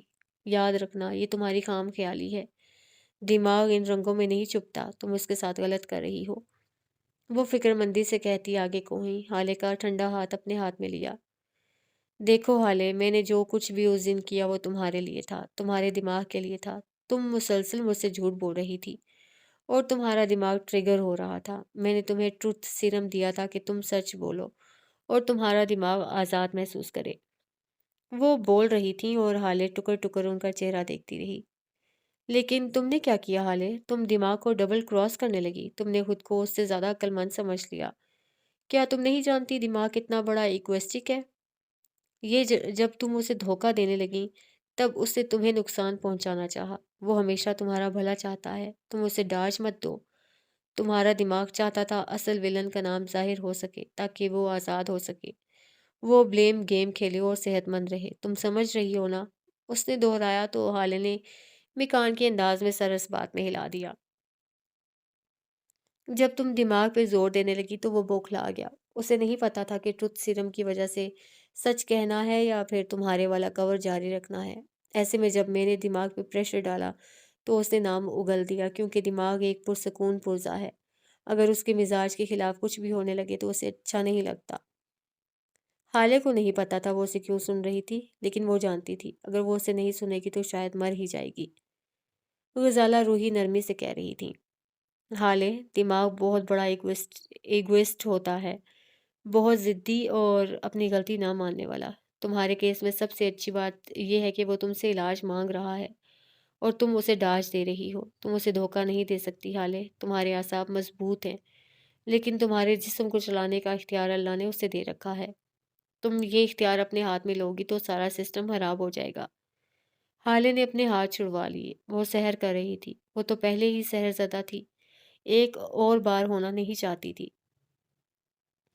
مجھے آپ سے علاج کروانا ہی نہیں ہے، آپ اچھی ڈاکٹر نہیں ہیں، آپ مجھے انکمفرٹیبل کر رہی ہیں۔ وہ کہتے ہوئے اٹھ کھڑی ہوئی، چہرہ عجیب تھا۔ میں اپنا علاج کرواؤں گی، لیکن کم از کم آپ سے نہیں، کیونکہ میں تمہاری کہانی کے ولن کو جان گئی ہوں، ہے نا؟ روحی کی آواز پہ وہ تھم گئی تھی لیکن مڑی نہیں۔ تم اسے پروٹیکٹ کرنا چاہتی ہو، لیکن تمہارا دماغ نہیں، وہ سچ بتانا چاہتا ہے۔ تم اسے ڈانچ دے رہی ہو۔ ڈرو اس دن سے جب وہ تمہیں ڈانچ دینے لگے گا۔ ان کی آواز میں کوئی طنز نہیں تھا۔ حالے نے اپنا پرس سینے سے لگا لیا۔ کوئی انسان کسی دوسرے کو اتنا کیسے جان سکتا تھا؟ اسے غزالہ روحی سے خوف آنے لگا تھا۔ میں کوئی بھکاری نہیں ہوں حالے سلطان، میں تمہارے پیچھے نہیں آؤں گی، تمہیں آنا ہوگا۔ تمہارے بعد تمہاری مسیحا بس میں ہوں۔ خود کے ساتھ کھیل کھیلنا بند کر دو۔ جب تب آنا جب ہم علاج کریں گے، کیونکہ اس بار بھی تم علاج کے لیے نہیں آئی تھی۔ اس بار تمہیں لوگوں کا خوف یہاں لایا تھا۔ جب تمہیں یہاں تمہارا سیلف لو یہاں لائے تب ہوگا علاج۔ وہ اس کی پشت کو دیکھتے ہوئے کہہ رہی تھی۔ حالے کا سانس رک رک کر چل رہا تھا۔ وہ چند پل وہیں جمی رہی، شاید وہ اسے روک لیں، شاید وہ کچھ کہہ دیں، لیکن جب کافی دیر تک وہ خاموش رہیں تو حالے باہر نکل آئی۔ پیچھے غزالہ روحی تعصب سے بیٹھی رہ گئی۔ ڈاکٹر کا ضدی مریض اس کا پسندیدہ مریض ہوتا ہے۔ وہ اس کا علاج کر کے خود کو فیسینیٹ کرنا چاہتی تھیں۔ ہاں، ڈاکٹرز کے ادھورے خواب۔ سلطان منزل کے لان میں بچھی کرسیوں پر اس وقت بس مہرمہ بیٹھی تھی، سیاہ جوڑے میں ملبوس۔ اس کے بھورے لمبے بال پشت پہ پھیلے تھے، سوجے پپوٹوں والی آنکھوں میں اس وقت ایک زوم سا تھا۔ وہ گردن سیدھی کیے بیٹھی تھی۔ ابھی ابھی وہ یوسف سلطان کے ساتھ چائے پی کر آئی تھی۔ وہ اس کے ساتھ خوش تھے، حالے کی باتیں کم ہونے لگی تھیں، ان کو لاچار کر کے اب اسے محبت مل رہی تھی تو اس میں غلط کیا تھا؟ اسی لمحے اسے اپنے سامنے سے سبزہ زار پہ چلتی ہوئی اپنی طرف آتی ہوئی فروا دکھائی دی۔ وہ پرسکون ٹھنڈی نظروں سے ان کو دیکھتی رہی۔ فروا اس کے قریب رکھی کرسی پہ آ کر بیٹھیں، چند ثانیے مہرماں کو دیکھتی رہیں۔ ایسے کیا دیکھ رہی ہیں؟ یہی کہ تم اتنی بڑی کب ہو گئی کہ تم مجھے ڈانٹ دینے لگو؟ ان کی آواز میں ہلکا سا تعصب تھا۔ میں نے تمہیں پالا مہر، میں نے تمہیں بنایا، اور آج تم اتنی بڑی ہو گئی ہو کہ تم مجھے استعمال کرنے لگیں۔ ان کی بھوری آنکھوں میں کرب اتر رہا تھا، چوٹ روح پہ لگی تھی۔ مہرماں البتہ بے تاثر تھی۔ تم نے مہرماں، تم نے میرے دماغ کے ساتھ کھیل کھیلا۔ حالے کی شادی کی رات کی تصاویر، ریستوران کی تصاویر، اور وہ ایک پل کو رکی۔ سفیر اور حالے کی عمر کو بھیجی جانے والی تصاویر، ان سب کے پیچھے تم تھی۔ تم نے خود کو ان سب میں کیوں پھنسا لیا ہے؟ میری جان، وہ تکلیف سے کہہ پا رہی تھیں، جیسے مہر پہ اگر ایک آنچ بھی آئی تو وہ برداشت نہیں کر سکیں گی۔ مہرماں اپنی کرسی پہ آگے کو ہو بیٹھی، محبت سے فروا کو دیکھا۔ آپ نے کہا تھا آپ میرے ساتھ رہیں گی، سائے کی طرح، فرشتے کی طرح، گناہوں کی طرح اور شیطان کی طرح۔ اب شیطان بننے کا وقت ہے اور آپ پیچھے ہٹ رہی ہیں۔ وہ گلہ کر رہی تھی۔ فروا کی آنکھوں میں بے بسی بھرنے لگی۔ میں تمہارے ساتھ ہوں مہر، لیکن عمر اب وہ وکٹم نہیں رہا، وہ ولن بن چکا ہے۔ تمہیں چاہیے کہ اس سے خوف کھاؤ۔ وہ ہمارا قہر ہے، کھا جائے گا سب۔ وہ ہم پہ ٹوٹے گا اور ہمیں توڑ دے گا۔ یہ ہر شخص، بات اور چیز کی وائب ہوتی ہے۔ عمر کی وائب میں انتقام ہے۔ مہرماں نے مسکرا کر سر جھٹکا تھا۔ ممی، سفیر کی دیکھا دیکھی وہ بھی اب یہی لفظ کہتی تھی۔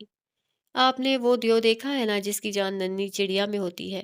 عمر کی ننھی چڑیا میری قید میں ہے۔ وہ لڑکی جو خود کو ایک عتاب سمجھتی ہے، وہ میرے آگے ایک محبت اور توجہ کی بھوکی بچی ہے۔ اگر مہرماں کہہ دے تو حالے سلطان اگلا سانس بھی نہیں لے گی۔ اس نے فروا کا ہاتھ اپنے ہاتھ میں لیا۔ میں کوئی انتقام، کوئی نفرت نہیں رکھ رہی، میں بس محبت سے رہنا چاہتی ہوں۔ ابا، سفیر، آپ، میں اور ہم خاندان ہیں، اور حالے، میں اس سے آج بھی بہت محبت کرتی ہوں۔ اس کے ساتھ جو کچھ بھی ہوا وہ بس ایک حادثہ سمجھ لیں، ورنہ وہ آج بھی مجھے بے حد عزیز ہے۔ وہ میری بیٹی ہے ممی۔ آپ کو لگتا ہے اس کو جو نقصان ہوا وہ اس لیے تھا کیونکہ میں اس سے نفرت کرتی ہوں؟ وہ فروا کی آنکھوں میں دیکھ کر بولی تھی، پھر خود ہی نفی میں سر ہلا دیا۔ نہیں ممی، بالکل نہیں۔ وہ سب بس قربانی تھی۔ حالے نے ساری زندگی سب کچھ حاصل کیا، وہ شہزادی بن کر رہی، لیکن یہ وقت جادوگرنی کا ہے، اور حالے کو اب تھوڑی مشقت اٹھانی پڑ ہی گئی تو اس میں ایسا کیا ہے؟ کیا ساری زندگی میں رشتوں کے ہوتے ہوئے ان کے بغیر نہیں رہی؟ اب حالے رہے گی تو کیا ہو جائے گا؟ عمر اس سے محبت نہیں کرتا۔ آپ دیکھیے گا، میں اس کی طلاق کرواؤں گی اور حالے کی شادی ہارون سے کرواؤں گی، وہ ہمیشہ خوش رہے گی، آپ دیکھیے گا۔ وہ فروا کو یقین دہانی کروا رہی تھی، لیکن وہ اسی کی استاد تھیں۔ انہوں نے آہستگی سے مہرماں کے ہاتھ سے اپنا ہاتھ نکالا تھا، پھر عجیب سی نظروں سے اسے دیکھا۔ مجھے لگتا تھا حالے سے سب سے زیادہ نفرت میں کرتی ہوں، لیکن… وہ رکی، مہرماں کی بھوری آنکھوں کو دیکھا۔ تم مہرماں، تم تو حالے کو زندہ بھی جلا سکتی ہو۔ تم نفرت اور حسد کے ایسے مقام پہ ہو جہاں سے واپسی ممکن نہیں، یا جل جاؤ یا جلا دو۔ مجھے تم سے خوف آ رہا ہے۔ وہ واقعی خوف کھاتے ہوئے اٹھ کھڑی ہوئی تھیں، پھر دیکھتے ہی دیکھتے لمبے ڈگ بھرتی وہاں سے چلی گئی تھیں۔ میں واقعی اس سے محبت کرتی ہوں، بس میرا طریقہ الگ ہے، مہرماں ہولے سے بڑبڑائی تھی۔ بینز بلاسم پہ شام اتر آئی تھی، لوگوں کا رش اب کے کم تھا۔ ایسے میں نسبتاً کونے والی لمبی میز پہ آؤ تو تمہیں 4 لوگ بیٹھے نظر آئیں گے۔ ہارون اور اس کے ساتھ جڑ کر بیٹھی لیل سکندر، عمر اور اس کے ساتھ لا تعلق سی حالے سلطان۔ وہ دونوں آپس میں بہت کم بات کر رہے تھے، بس کام کی بات کہنا زیادہ مناسب ہوگا۔ اس رات کے بعد سے بہت کچھ تھا جو بیچ میں آ چکا تھا۔ اس پہر ان تینوں کی نظریں ہارون شاہد پہ جمی تھی۔ ہم نے پچھلے 1 ماہ سے تم سے ایک ہی کام کہہ رکھا ہے، کیا بنا اس کا؟ پوچھنے والا عمر تھا۔ ہارون شاہد نے گلا کھنکھارا اور یاد کرنا چاہا کہ اس کام کا کیا بنا تھا۔ کچھ عرصہ قبل شاہد ولا میں ڈنر ٹیبل سجی تھی۔ سربراہی کرسی پہ شاہد براجمان تھے، ان کی دائیں طرف ہارون اور بائیں جانب نوال بیٹھی تھیں۔ دفتن ہارون نے ان کو محتاط نظروں سے دیکھا، پھر الفاظ مجتمع کیے۔ پپا، وہ جو آپ کے دوست ہیں، اس نے سرسری لہجہ اپنایا تھا، وہ میر وائز فرید، ان کے ساتھ آپ کے کیسے تعلقات ہیں؟ شاہد نے کھانے سے ہاتھ روک کر اسے دیکھا تھا۔ تمہیں کب سے میرے لوگوں کے ساتھ تعلقات کی فکر ہونے لگی؟ اور وہ بھی اس بدنام زمانہ میر کی؟ نوال کے کان بھی کھڑے ہو چکے تھے۔ ان کو ہارون کی ایکٹیویٹیز پہ پہلے ہی شک تھا۔ ہارون کا سانس گلے میں اٹکا تھا، لیکن وہ بظاہر پرسکون رہا۔ وہ اصل میں مجھے ان کے ساتھ ملاقات چاہیے تھی۔ شاہد حسین کو پانی پیتے پیتے اچھو لگا تھا، وہ بے اختیار کھانسنے لگے۔ ہارون سکون سے بیٹھا رہا، اتنا تو وہ سوچ کر آیا تھا۔ تم تمہارا ایسا کیا کام آ گیا میر وائز کے ساتھ؟ ہاں، وہ سرخ آنکھوں سے استفسار کر رہے تھے۔ تم سے کتنی بار کہہ چکا ہوں دور رہو اس حالے اور عمر سے، وہ مرا تو اس کے پیچھے رونے والا کوئی نہیں ہے، تمہارے پیچھے دو لوگ ہیں، ہم پہ رحم کھاؤ، وہ بلند آواز میں کہہ رہے تھے۔ پھر ہارون کے سخت تاثرات کو دیکھ ذرا سا نرم ہوئے۔ دیکھو ہارون بیٹے، میں تمہیں دوست چھوڑنے کو تو نہیں کہہ رہا، وہ لڑکی لیل کتنی اچھی ہے، کل ملا ہوں اس سے گھر پر جب آئی تھی وہ، تم اس کے بارے میں کچھ سوچو نا۔ ہارون نے کراہ کر آنکھیں بند کی تھیں۔ شاہد اب بھی کہہ رہے تھے، تم دونوں ایک ساتھ کتنے اچھے لگو گے، سوچو تو صحیح، تم اس لڑکی کو اپروچ کرو، اگر بات نہیں بنی تو خیر ہے۔ پپا، آپ مجھے میر بھائی سے ملوائیں گے یا نہیں؟ ہارون زور دے کر بولا تھا۔ مطلب تم اس لڑکی سے شادی نہیں کرو گے؟ وہ اس سے زیادہ زور دے کر بولے تھے۔ ٹھیک ہے، ابھی تمہارا دماغ درست کرتا ہوں، انہوں نے کہتے ساتھ ہارون کے گارڈز کو آواز دی تھی۔ ہارون حق دکسا ان کو دیکھ رہا تھا۔ چار ہٹے کٹے گارڈز اب ہاتھ باندھے اطراف میں کھڑے تھے۔ لے جاؤ اس کو اور کمرے میں بند کر دو، پہلے صرف نام کا پاگل تھا، اب آثار بھی ظاہر ہونے لگے ہیں، وہ کوفت سے کہہ رہے تھے۔ نوال تو بس ہیں ہیں کرتی رہ گئیں۔ ان چاروں نے ہارون کو کسی ہلکی سی شے کی طرح اٹھا لیا تھا اور اب ان کا رخ اس کے کمرے کی جانب تھا۔ مطلب تم کچھ نہیں کر سکے؟ حال میں اس کے سامنے بیٹھا عمر حیات کوفت سے بولا تھا۔ ہارون مسکرایا۔ میں نے ایسا کب کہا؟ اور اب ایک بار پھر کچھ عرصہ پیچھے وہ کمرے میں بیزاری سے چکر کاٹ رہا تھا۔ گارڈز نے اس کو بند کر دیا تھا، وہ چلا چلا کر تھک گیا تھا، لیکن بے سود۔ صحیح مصیبت گلے پڑ گئی تھی۔ بیزاری اور کوفت سے چکر کاٹتے وہ یکدم رکا تھا، اس کے ذہن میں بجلی کا کوندا سا لپکا تھا۔ وہ فوراً بیڈ تک آیا اور اپنا موبائل اٹھا لیا۔ اب اس کی انگلیاں شاہد کی سیکرٹری کا نمبر ڈائل کر رہی تھیں۔ گھنٹی جا رہی تھی اور پھر ایک آواز نے رابطہ مل جانے کی نوید سنائی۔ ہارون اب بولنے کو تیار تھا۔ دیبا، میں ہارون بات کر رہا ہوں، وہ گردن کڑائے اعتماد سے بولا تھا۔ سامنے سے دیبا نامی عورت نے کچھ کہا تھا۔ مجھے میر وائز کا نمبر چاہیے، نہیں ان کے سیکرٹری کا، نہیں ان کا اپنا نمبر، جو بھی کرو، تمہارا کیا واسطہ ہے؟ وہ بری طرح بیزار ہو رہا تھا۔ پپا کو بتاؤں یا نہیں؟ اس سے تمہارا کوئی تعلق نہیں ہے، فوراً نمبر بھیجو ورنہ کل تک جاب سے فارغ ہو تم، اس نے نخوت سے کہہ کر فون کاٹا تھا اور دیبا بیچاری نمبر بھیج کر ہی ہٹی تھی۔ ہارون شاہد نے ایک نظر نمبر کو دیکھا، پھر آئینے میں اپنے عکس کو۔ اگر اس نے اپنا چوتھا کام کر دیا تو؟ سر جھٹک کر وہ نمبر ملانے لگا تھا۔ گھنٹی بج بج کر خاموش ہو جاتی تھی۔ کوئی 10ویں دفعہ پہ کال اٹھا لی گئی تھی۔ ہارون نے گلا تر کیا۔ میں ہارون شاہد بول رہا ہوں میر انکل، شاید وہ بھتیجا سمجھ کر ہی ترس کھا لے۔ دوسری جانب لمبی خاموشی چھا گئی تھی، جیسے وہ کال کا مقصد جاننا چاہتے ہوں۔ تم شاہد کے بیٹے ہو، لیکن مجھ سے کیا بات کرنی ہے؟ ایک منٹ، اگر تم شاہد کے بیٹے ہو تو اس کے نمبر سے کال کیوں نہیں کی؟ کیا تم اپنے باپ سے کچھ چھپا رہے ہو؟ اس نے لمحے کے 1000ویں حصے میں سارا معاملہ ڈی کوڈ کر لیا تھا۔ اب کہ ہارون کو اپنی گردن پہ پھندا تنگ ہوتا محسوس ہوا۔ جی، میں اپنے باپ سے چھپ کر کال کر رہا ہوں، لیکن میں نے آپ سے ملاقات کے وقت کے لیے کال کی ہے، کیا آپ وقت دے سکتے ہیں؟ میرا وقت قیمتی ہے ہارون شاہد، میں اسے کاروبار پر لگاتا ہوں یا پھر عورتوں پر؟ تم ان دونوں میں سے کیا بات کرنے والے ہو؟ دوسری جانب سکون سے پوچھا گیا۔ میں آپ سے کاروبار کی بات کروں گا، بلکہ میں نہیں، کوئی ہے جو آپ سے بات کرے گا، بس میں ایک بروکر ہوں۔ یہ سمجھ لیجئے اگر آپ تک رسائی آسان ہوتی تو وہ خود ہی رابطہ کر لیتا۔ ہارون اب کے سنجیدگی سے کہہ رہا تھا۔ میر وائز ہلکا سا مسکرایا تھا۔ وعدہ تم کرو گے یا وہ؟ میں تو ہرگز نہیں، ہارون برجستگی سے بولا تھا، بلکہ آپ یہ بھی بھول جائیے گا کہ میں نے کبھی آپ کو کال بھی کی تھی۔ اب کہ میر کہا مار کر ہنسا تھا، اسے یہ لڑکا پسند آ رہا تھا۔ لڑکے تمہیں تو سیاست میں آ جانا چاہیے، گھر پہ کیا کر رہے ہو؟ ہارون سادگی سے مسکرایا۔ I am not that type, میں گھر میں ہی اچھا ہوں، بلکہ میں گھر میں نہیں ہوں، میرا ایک کیفے ہے، میں پینٹ بھی کرتا ہوں۔ پھر بھی اگر کبھی سیاست میں آنے کا خیال آئے تو میرے پاس آنا۔ وہ جانے کیوں مصر ہوا تھا۔ میرے پاپا ایم این اے ہیں، اگر کبھی ایسا کوئی جنون جاگا بھی تو ان کے پاس جاؤں گا نا۔ آپ کے میر شیطانی انداز میں مسکرایا تھا۔ باپ کے کرنے کے کام نہیں ہے یہ، خیر میں تمہیں ایک ہفتے بعد کا وقت دے رہا ہوں، وہ بھی صرف اس لیے کیونکہ تم مجھے اچھے لگے ہو۔ اگر اس آدمی نے مجھے ڈاج تو آپ وہی کیجیے گا جو آپ کرتے ہیں۔ ہارون نے ان کی بات اچک لی تھی، لیکن بس یہ بھول جائیے گا کہ ہارون شاہد کبھی اس جیل کا حصہ رہا ہے، اور میرے پپا کے سامنے تو بہت اچھے سے بھول جائیے گا۔ اس کی ہدایت پہ میر دل کھول کر ہنسا تھا۔ فکر مت کرو لڑکے، تم بھتیجے ہو میرے، کام ہو جائے گا، اس نے کہتے ساتھ فون کاٹ دیا تھا۔ حال اس بات کو 1 مہینے سے اوپر ہو گیا ہے، اب تک تمہارا ہفتہ نہیں آیا؟ لیل بگڑ کر بولی تھی۔ ہارون نے ناک سے مکھی اڑائی تھی۔ اس دن کے بعد میر اپنی بیوی کے پاس امریکہ چلا گیا تھا، وہ بیمار ہے، کل واپس آیا ہے اور بذات خود مجھے کال کی ہے۔ تم لوگوں کی طرح فارغ انسان نہیں ہے، وہ جل کر بولا تھا۔ ہم میں سے کون فارغ ہے ہاں؟ اے ایس پی ہوں میں یہاں کا۔ عمر نے فوراً اپنا دفاع کیا تھا۔ سسپینڈڈ، ہارون نے جتا کر کہا تو عمر بل کھا کر رہ گیا۔